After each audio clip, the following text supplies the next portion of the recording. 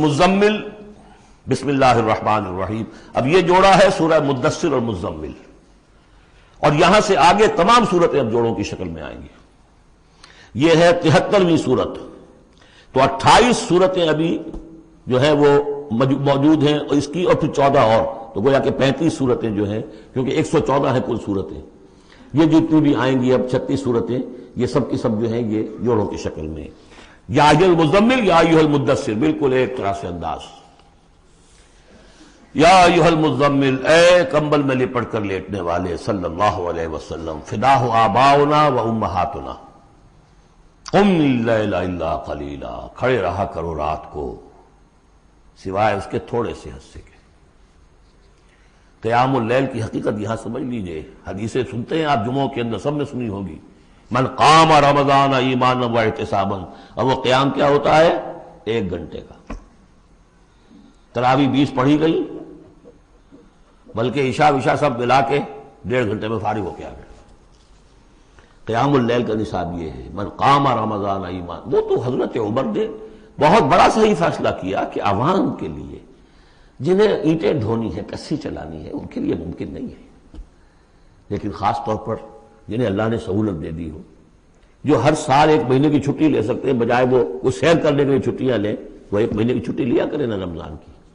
قیام اللیل سے صحیح طور سے اس کی برکات سے مستفید ہوں، راتوں کو جاگیں. یا ایھا المزمل قم اللیل الا قلیلا، کھڑے رہا کرو رات کو سوائے اس کے تھوڑے سے حصے کے. نصفہ، آدھا اس کا، اب انقص منہ قلیلا، یا اس میں سے کچھ کم کر لیں یعنی تہائی.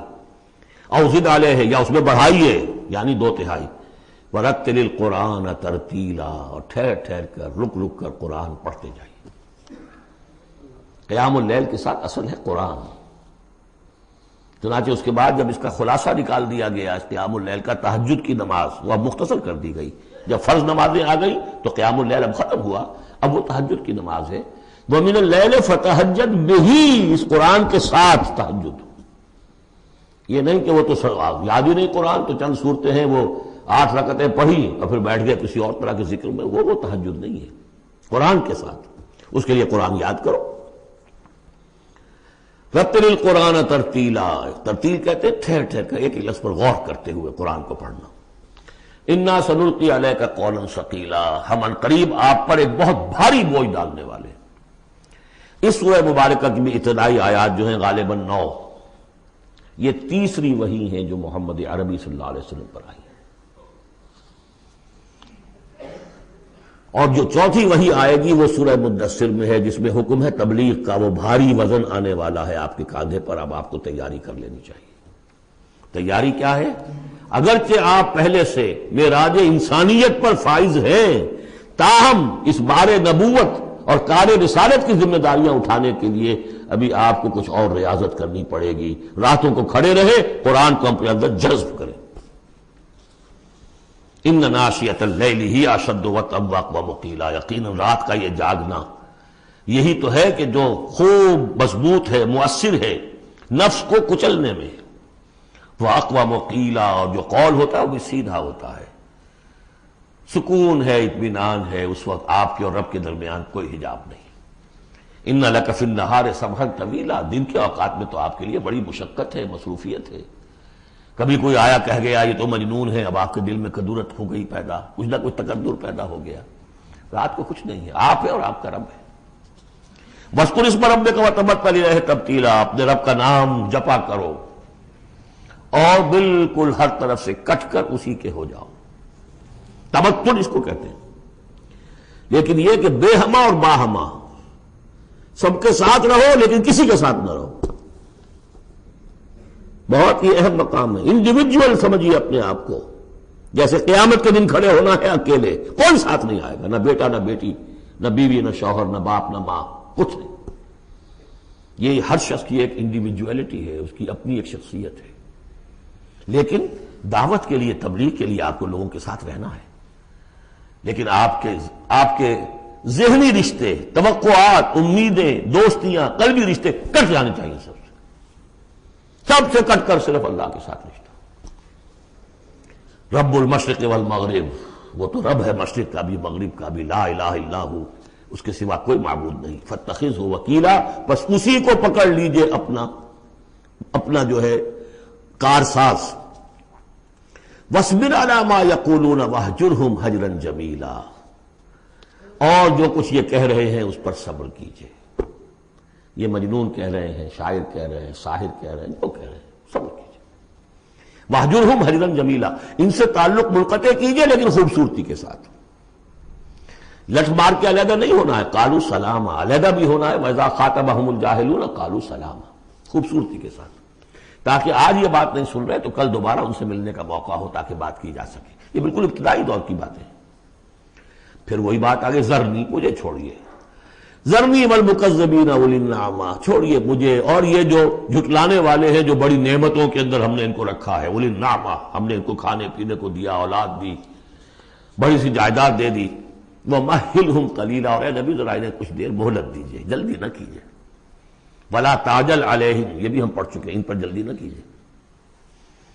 مَهِّلْهُمْ قَلِيلًا، آخری پارے میں بھی آ جائے گا سورۃ آیہ، مَهِّلْهُمْ أَمْهِلْهُمْ رُوَیدًا، تو ان کو ذرا مہلت دیجیے تھوڑی دیر کی. اِنَّا لَدَيْنَا أَنْكَالًا وَجَحِيمًا، ہمارے پاس ان کے لیے بیڑیاں ہیں، آگ ہے. وَطَعَامًا ذَا غُصَّةٍ، کھانا وہ ہے کہ جو حلق میں اٹک جائے گا، زقوم میں منہ ماریں گے. وَعَذَابًا أَلِيمًا، اور دردناک عذاب ہے. یہ جا رہے ہیں کشا کشا ادھر، لیکن یہ کہ ابھی ہمیں وہ اجل مسمى جب آئے گی اس وقت تک کے لیے ہم انہیں مہلت دیں گے، ان کی رسی دراز کریں گے. یوم ترجف الارض والجبال وکانت الجبال کثیبا مہیلا، جس دن کے کانپے گی زمین بھی اور پہاڑ بھی لرزیں گے، اور ہو جائیں گے پہاڑ جیسے ریت کے پھسلتے ہوئے تودے ہوں. جیسے آپ نے سینڈ ڈیوز دیکھے ہوں گے، وہ پھسل رہی ہے ریت ادھر سے ادھر. یہ پہاڑ کوہ ہمالیہ یہ بھی اس طرح کا تودا بن کے اور پھسل کر اور سب برابر ہو جائے گا. لا عوج فیہ ولا امتا، نہ کوئی ٹیڑھ رہے گا، نہ کوئی موڑ ہوگا، نہ کوئی اور، سیدھی چٹیل زمین. انا ارسلنا الیکم رسولا، دیکھو لوگو اے قریش، ہم نے تمہاری طرف اپنا رسول بھیج دیا ہے. کما ارسلنا الی شاہدا علیکم، شاہدا علیکم، جو تم پر گواہ بنے گا. یہاں تمہیں گواہی دے گا اپنے قول اور اپنے عمل سے حق کی، اور وہاں تمہارے خلاف کھڑا ہوگا، اے اللہ میں نے ان کو پہنچا دیا تھا دین. کما ارسلنا الی فرعون رسولا، جیسے کہ ہم نے بھیجا تھا فرعون کی طرف بھی اپنا رسول حضرت موسیٰ علیہ السلام. فعصا فرعون الرسول، تو فرعون نے بھی رسول کی یعنی حضرت موسیٰ کی معصیت کی، ان کا نافرمانی کی. فاخذناہ اخذا وبیلا، تو ہم نے پکڑ لیا اس کو بڑا وبال والی پکڑ. فکیف تتقون ان کفرتم، اب اگر تم کفر کرو گے تو تم کیسے بچ جاؤ گے؟ فرعون نہیں بچا، قوم نوح نہیں بچی، قوم عاد نہیں بچی، قوم سمود نہیں بچی، قوم شعیب نہیں بچی، عمورہ اور صدوم کی بستیاں نہیں بسی، تم کیسے بچ جاؤ گے؟ فکیف تتقون ان کفرتم یوما یجعل الولدان شیبا، اس دن جس دن کا کہ جو دن کے بوڑھوں بچوں کو بوڑھا کر دے گا، قیامت کا دن، اس کے شدائد، اس کی سختیاں. السماء منفطر بہ، آسمان اس کے ساتھ پھٹ پڑنے کو ہے، یعنی وہ ثقلت فی السماوات والارض، وہ کہیں باہر سے تو نہیں آئے گی، وہ قیامت وہ انہی آسمانوں اور زمین کے اندر جو ہے وہ اسی میں انہیرنٹ ہے. السماء منفطر بہ، آسمان پھٹ جائے گا. کان وعدہ مفعولا، اور اللہ کا وعدہ پورا ہو کر رہے گا. ان ھذہ تذکرہ، یقیناً یہ یاد دہانی ہے، تذکرہ ہے، نصیحت ہے. فمن شاء اتخذ الی ربہ سبیلا، تو جو کوئی بھی چاہے وہ اپنے رب کی طرف راستہ اختیار کر لے، سیدھا راستہ ہے، صراط مستقیم ہے. آج ہی بسم اللہ کرو، آج ہی توبۃ النصوح کر کے گھروں میں داخل ہو. اب یہ ہے 19 آیات، لیکن اس کے بعد جو ایک آیت پر پورا رکوع مشتمل ہے، اس کے بارے میں بہت عرصے تک میں بہت پریشان رہا اس کو سمجھنے میں، اور میں حیران ہوں کہ تفاسیر میں کہیں مجھے کوئی اس کے لیے بات نہیں ملی. اتفاقاً ہے کہ میں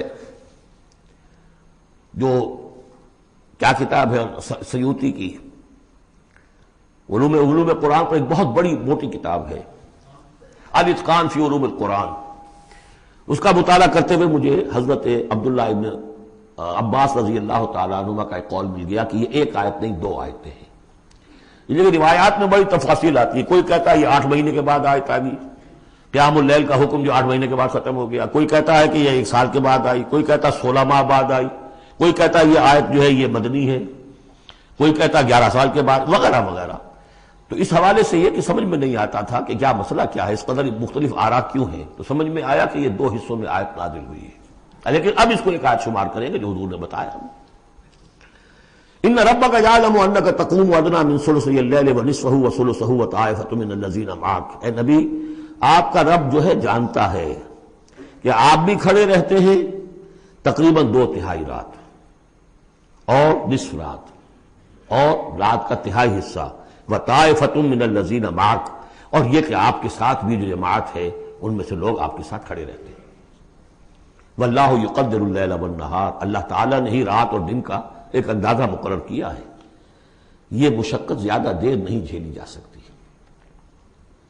لہذا علم ان لن تحصوہ، اللہ جانتا ہے، اس کے علم میں ہے کہ تم اس کی پابندی نہیں کر سکو گے۔ فتاب علیکم، تو اللہ نے تم پر نرمی فرمائی، شفقت فرمائی، رحمت کی نظر کی۔ فقرؤوا ما تیسر من القرآن، تو جتنا آسان ہوا کرے تمہارے لیے، میسر ہوا کرے، یسر آسان، اتنا رات کو پڑھ لیا کرو۔